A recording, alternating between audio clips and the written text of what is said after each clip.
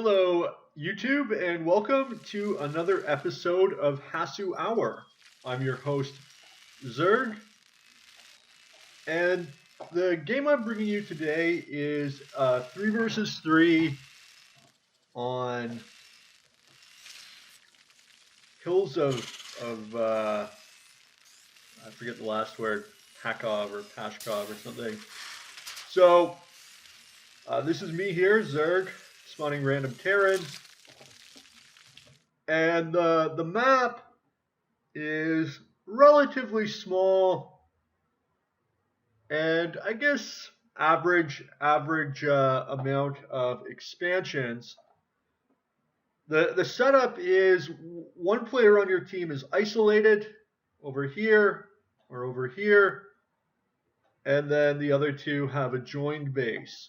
So a common strategy, an effective strategy, is simply to gang up and attack the isolated guy, try to kill him or badly injure him. And this is an effective strategy. So it's something that you should scout for, something you should consider doing if you feel the time is ripe for an attack. Protoss, and Zerg for the enemy. Zerg, Terran, and Terran for the good guys.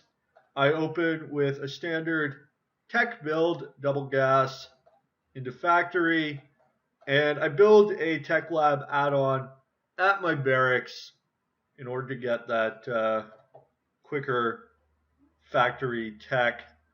My goal here is Cyclone. That's a build I've been doing lately, and I like what I did. Obviously, there were some problems this game. I didn't get armory fast enough. Didn't use armory, but as you'll see, it was a very fast-paced, action-filled game, and you are going to make sort of mistakes or there's going to be problems when you're constantly engaged with the enemy, as opposed to when everyone just sort of macros up and maybe tries to get to max with a nice composition and then move out. Sort of the old Terran style in Brood War or in Brood War, where the Terran would maybe fast expand, get a third base, and then just max 200 with ups and sort of advance, and then hopefully incinerate the opponent's army, even if they have an eco edge. So little Zergling mass here, almost at speed, and fairly defensive base. Roach Tech going down, one spine, and a nice defensive spine. These static defenses, I think, are a good idea when you are in the isolated position here, because you are going to be prone to attack. And this Sunk is really going to save his life here. Without that, it's going to take massive damage to his eco, but he is able to do all right there. So my Cyclone coming to the rescue, but getting trapped. The Cyclone does not fare very well against Zerglings, sort of in the best of times. The real advantage of this unit is a hit and run approach and taking on high hit point units, because once you get the upgrade, you can do 400 damage so long as you stay in vision of the target. So it's great for taking out high value units, battle cruisers, carriers, and great against stuff like stalkers, but not so good against the Zergling because of the cooldown, because the normal attack is pretty weak, and the Zerglings are just the ideal unit to counter the Cyclone. Not able to breach the ramp, but doing some pretty good damage. Let's check out supply counts. 30, 37, and 47 to 38, 36, and 36. So decent supply edge already for the other team. And a little Bangling on Ling confrontation. Not really clear who got the best of that. Warp and attack on the isolated Zerg. And the Sunken is managing to hold off the attackers, but it is going to go down. And massive supply loss here for the Zerg, although it looks like he is going to be able to just barely fend off the attack.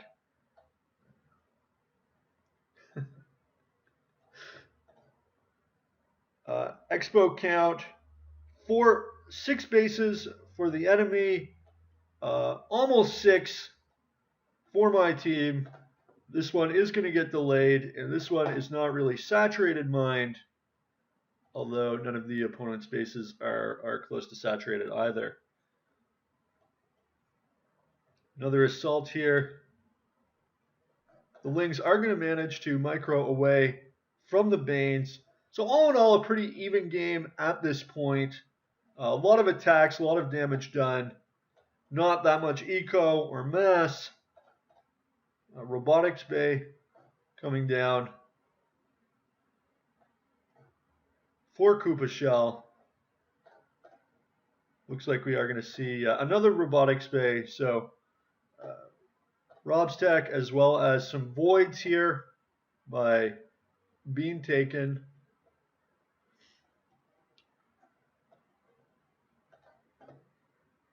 And a little more harass play.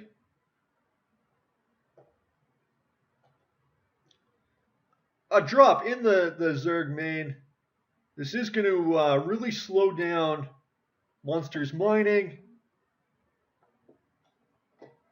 And did some nice damage there without taking too many losses. Everybody's sort of taking a pause to macro up. Second base now online. Saturated mind. Bijita is clearing the rocks. And a mass Hellion Cyclone poke here at the front is going to encounter Koopa Shell's army here. And the upgrade on the Hellion doing a lot of damage. And the Lings just incinerated by this Hellion force. A little drop here, not going to really be able to do too much damage. And in the face of the Colossus, the Terran mech army has to retreat. A Ling backstab. But really striking at my eco is not that great right now. I'm already over saturation mined on both bases. So really it's my army that needs to be taken out. 6 base, still 6 base on 6 base. Nice little Protoss mass here. Both armies combined into one. Definitely the Hellion's not going to be a match for this composition, even with the Cyclone support.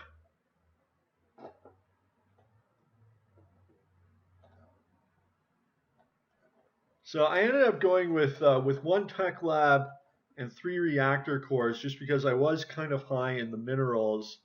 And I think this is a decent approach in 3v3. I really like the Cyclone unit. And excellent engagement here.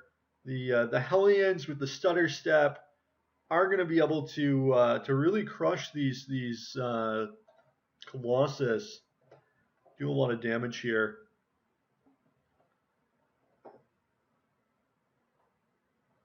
And a drop taking out the forward base. Zerg, there's Zerg, really no army to speak of right now. Looks like he is switching to Roach.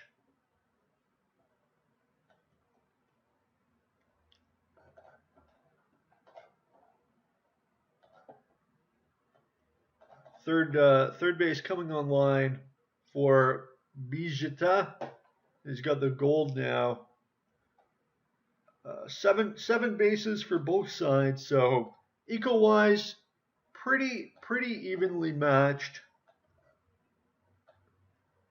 Maybe a slight income advantage for the red team, but not extremely pronounced by any means. A nice harvester count though. If you look up here, 14-15 harvester advantage. So eco-wise, red team slightly ahead. Army-wise, it's kind of tough to say. So many units.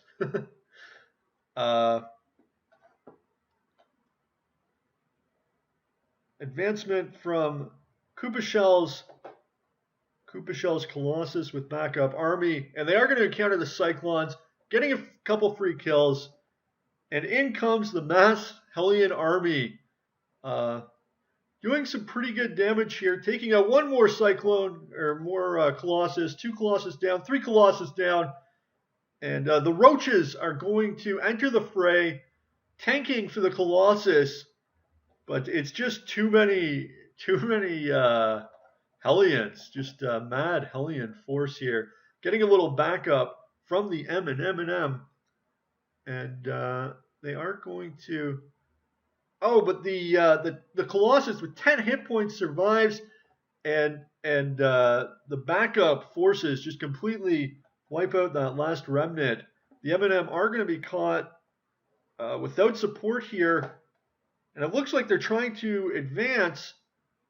But that is not going to end well with the Colossus fire just raining down on this biological force. And are the dropships going to escape? He needs to use that boost, ignite those afterburners. But it looks like they are going to get away. Mass Muta now switch from Bejet, looking to take out this undefended Zerg expansion by Monster. He's going to have a real tough time handling this Mutaforce. It does not look like he has any anti-air, although 3 spores may just be enough, especially with Queen backup, to... No, it is not going to be anywhere near enough. Even with the heal there, this mass Mutaforce is going to devastate the isolated Zerg's main. A little counter push here from Kupashell, and they are doing some significant damage. Will this lone tank be enough to fend off this offensive? Meanwhile, the Muta attack is going spectacularly, and a lot of damage being done. One small Void Ray backup here, which is going to crumble very quickly. Nice micro from Vegeta.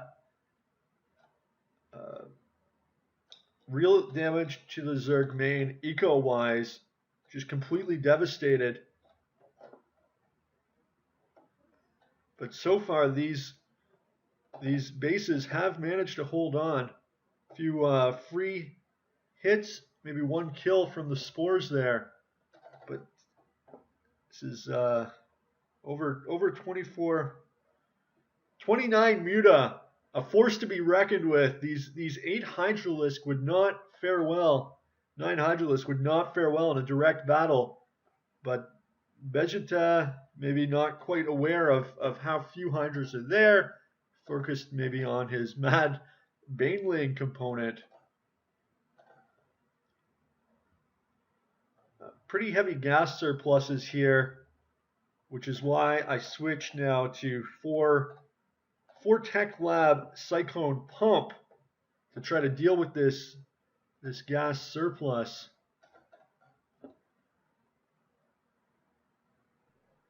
And Colossus Army devastating the Terran forces here, but these Giants do need some Stalker backup, and the Muta taking out this critical eco here with both Protoss mains mined out. That is going to be a real blow to the blue income.